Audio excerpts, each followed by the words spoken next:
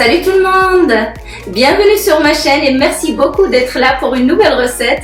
Alors aujourd'hui, je souhaite partager avec vous ma recette de pain burger à la farine multicéréales que j'ai agrémentée d'un émincé d'agneau avec quelques légumes et une sauce chimichurri qui apporte beaucoup de fraîcheur à ces burgers. Je vais vous montrer la liste des ingrédients. On passe à la suite en vidéo et je vous retrouve à la fin de cette recette. À tout à l'heure!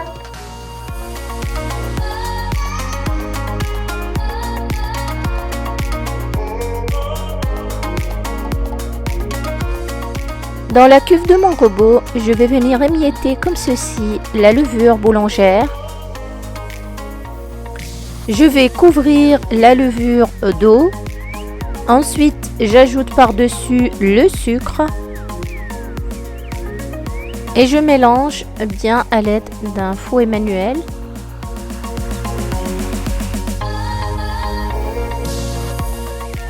J'ajoute ensuite une petite quantité de farine, l'équivalent je dirais de 2 grandes cuillères bien pleines.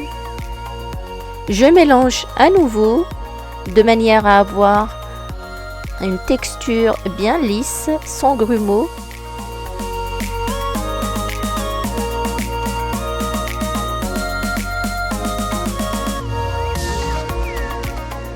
Je couvre ensuite et je laisse lever pendant à peu près une trentaine de minutes. On obtient une texture beaucoup plus épaisse à laquelle je vais ajouter la farine, le sel, la fécule de maïs, le yaourt nature,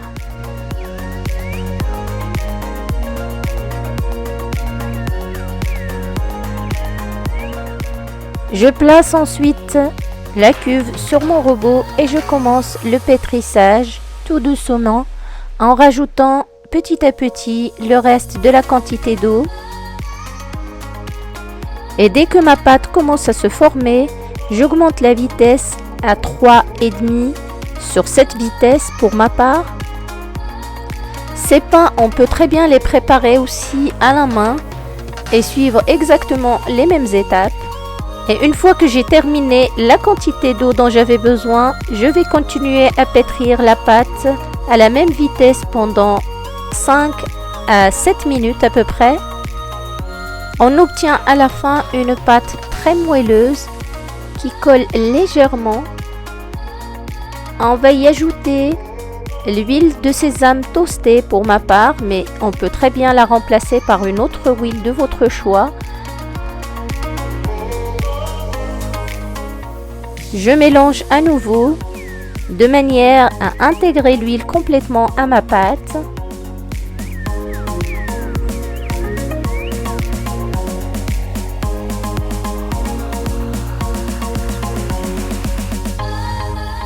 Ma pâte est prête. Je vais la débarrasser du robot et je la laisse au fond de la cuve de mon robot. Je vais juste la rassembler au fond comme ceci.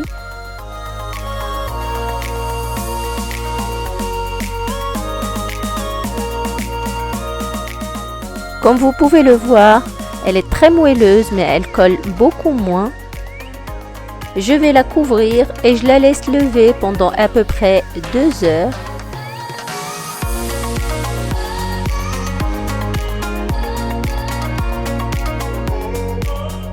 Ma pâte a bien levé.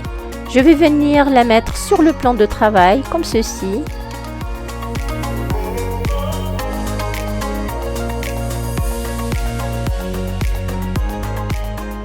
Je vais fariner autour. Je farine aussi légèrement sous la pâte pour éviter qu'elle ne colle.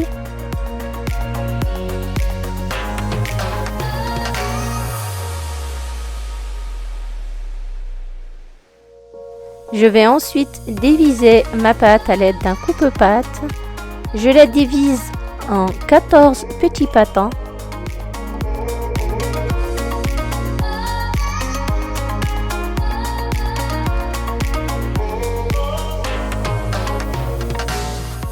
Je transforme ensuite mes pâtons en petites boules de pâte, comme ceci.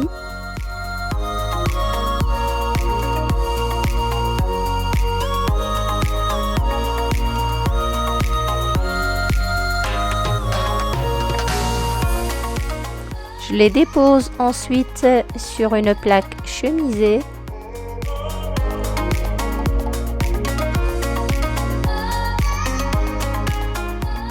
Je les couvre avec des serviettes propres et je les laisse lever de 45 minutes à 1 heure à peu près. Ensuite, je prépare la dorure, un mélange de jaune d'œuf et de lait.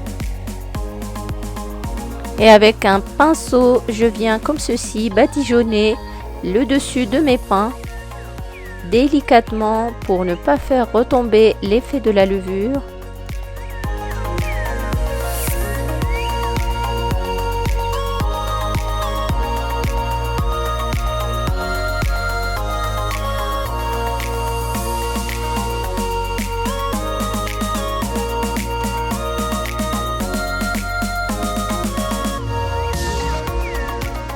Ensuite, je vais prendre la semoule de seigle complet que je vais utiliser pour saupoudrer sur mes pains.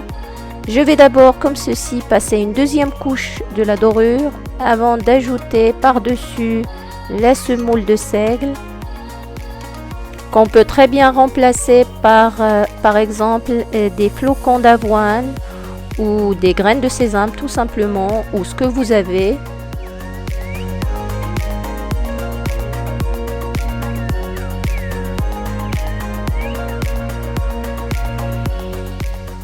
Ensuite, à l'aide d'une incisette, je vais venir comme ceci grigner mes pains de cette façon-là. Et dans un four que j'ai préchauffé à 180 degrés chaleur tournante, je fais cuire mes pains entre 20 et 25 minutes, ça dépend des fours. À la sortie du four, ils sont bien dorés. Je les mets directement sur une petite grille pour les laisser refroidir.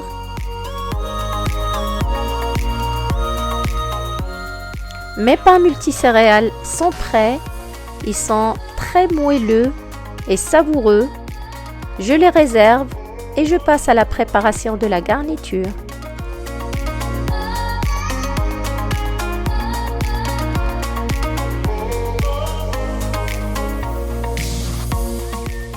Je vais commencer par émincer la viande. J'ai choisi pour cette recette de l'agneau, mais vous pouvez très bien le remplacer par du bœuf ou par ce que vous voulez comme viande. Ensuite, dans un grand bol, je vais venir préparer la marinade. Pour ceci, je vais mettre d'abord l'huile d'olive.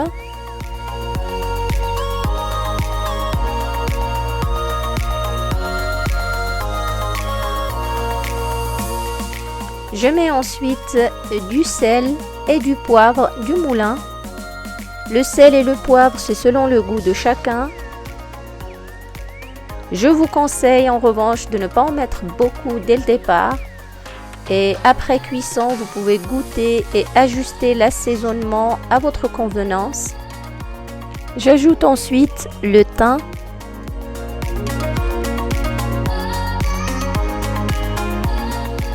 J'ajoute ensuite une grande cuillère de sénovis liquide qu'on peut très bien remplacer par de la sauce soja salée.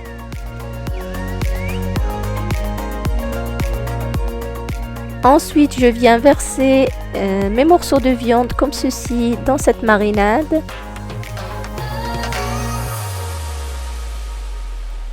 Et je malaxe le tout de cette manière-là pour m'assurer que tous mes morceaux de viande sont bien trempés dans la marinade.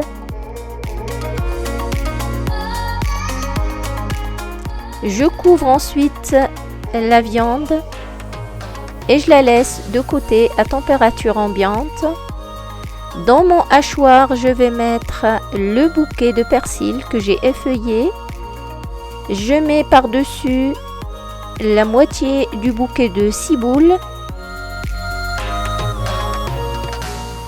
J'ajoute ensuite l'équivalent d'une grande cuillère d'origan séché. Si vous avez du frais, c'est encore mieux. J'ajoute ensuite un piment rouge. Je vais d'abord enlever le pédoncule, le couper en deux et enlever les pépins avant de le mettre aussi dans mon hachoir.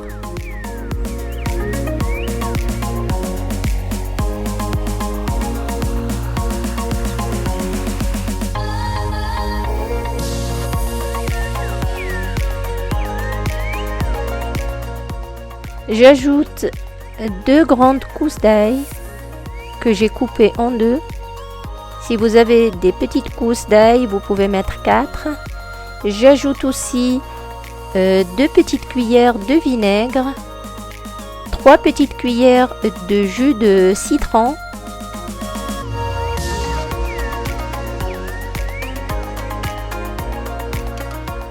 de l'huile de sésame toastée. Je vais mettre 3 grandes cuillères. Bien évidemment, on peut la remplacer par une autre huile de votre choix. J'ajoute aussi de la fleur de sel, l'équivalent d'une demi-petite cuillère. J'ajoute aussi le poivre.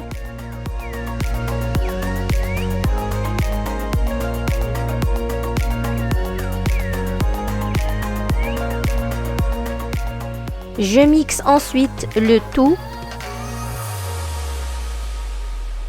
J'obtiens ainsi une sauce bien onctueuse. Ça sent très bon d'ailleurs. C'est la fameuse sauce chimichurri qui nous vient d'Argentine. On peut l'utiliser comme sauce pour tremper, comme on peut l'utiliser comme marinade pour la viande. Ça se marie très bien avec les viandes rouges, avec de la volaille, du poisson.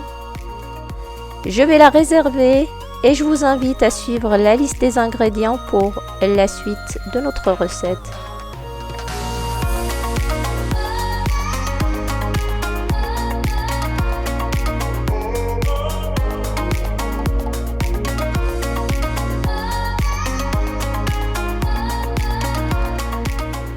Je vais commencer d'abord par préparer les cornichons. Je vais couper les 2 extrémités comme ceci. Ensuite, je les coupe finement à l'aide de la mandoline. Voici ce que l'on doit obtenir, des tranches très fines. Je les réserve et je passe à la préparation des mini poivrons. Pour ceci, je vais d'abord couper le pédoncule. Je vide les mini poivrons de cette manière-là.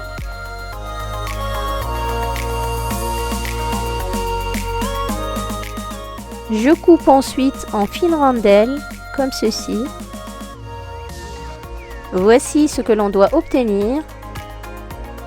Dans une grande poêle, j'ai mis de l'huile d'olive.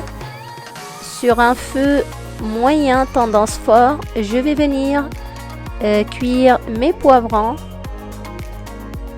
que je vais assaisonner d'abord de sel, de poivre,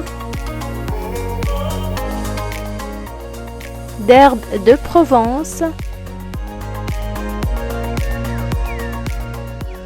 et je les fais sauter comme ceci dans ma poêle pendant à peu près 3 à 5 minutes.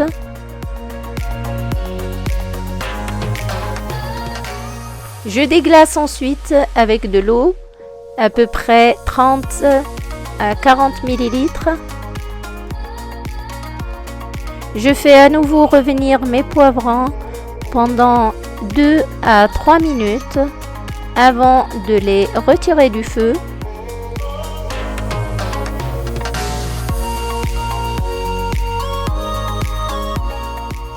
Je vais les débarrasser dans un petit bol comme ceci. Et je remets la même poêle sur le feu que j'augmente à feu vif.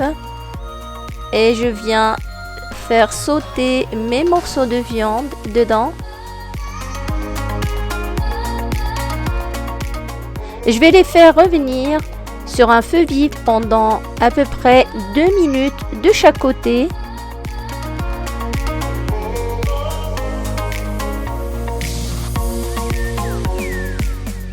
Je termine ensuite avec le beurre que je vais intégrer comme ceci à ma sauce. Je fais revenir la viande dedans pendant à peu près 1 minute. C'est totalement facultatif. Si vous n'aimez pas ça, vous pouvez vous en passer. Je trouve que ça apporte du goût à la sauce. Je viens contrôler comme ceci la viande. Vous voyez, elle se coupe très facilement. Elle est vraiment très tendre. Je vais ensuite venir comme ceci couper le pain pour vous montrer l'intérieur. C'est vraiment un pain excellent que je vous conseille d'essayer. Et je commence à monter mes burgers. D'abord, je vais mettre au fond comme ceci la sauce chimichurri. J'ajoute par-dessus l'émincé d'agneau. Vous pouvez très bien faire le choix de mélanger l'émincé d'agneau à la sauce chimichurri avant de les mettre dans les burgers. J'ajoute ensuite les cornichons de cette façon-là. J'ajoute aussi les mini poivrons. Vous pouvez intégrer d'autres légumes si vous le souhaitez.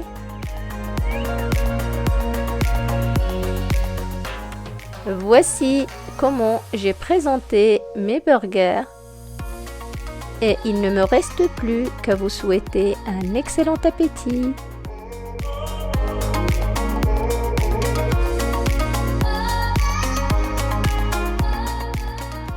Et voilà, nous sommes arrivés à la fin de la recette pour aujourd'hui. Merci de m'avoir suivi. Si cette recette vous a plu, n'hésitez pas à la liker et n'oubliez pas de vous abonner si ce n'est pas encore fait.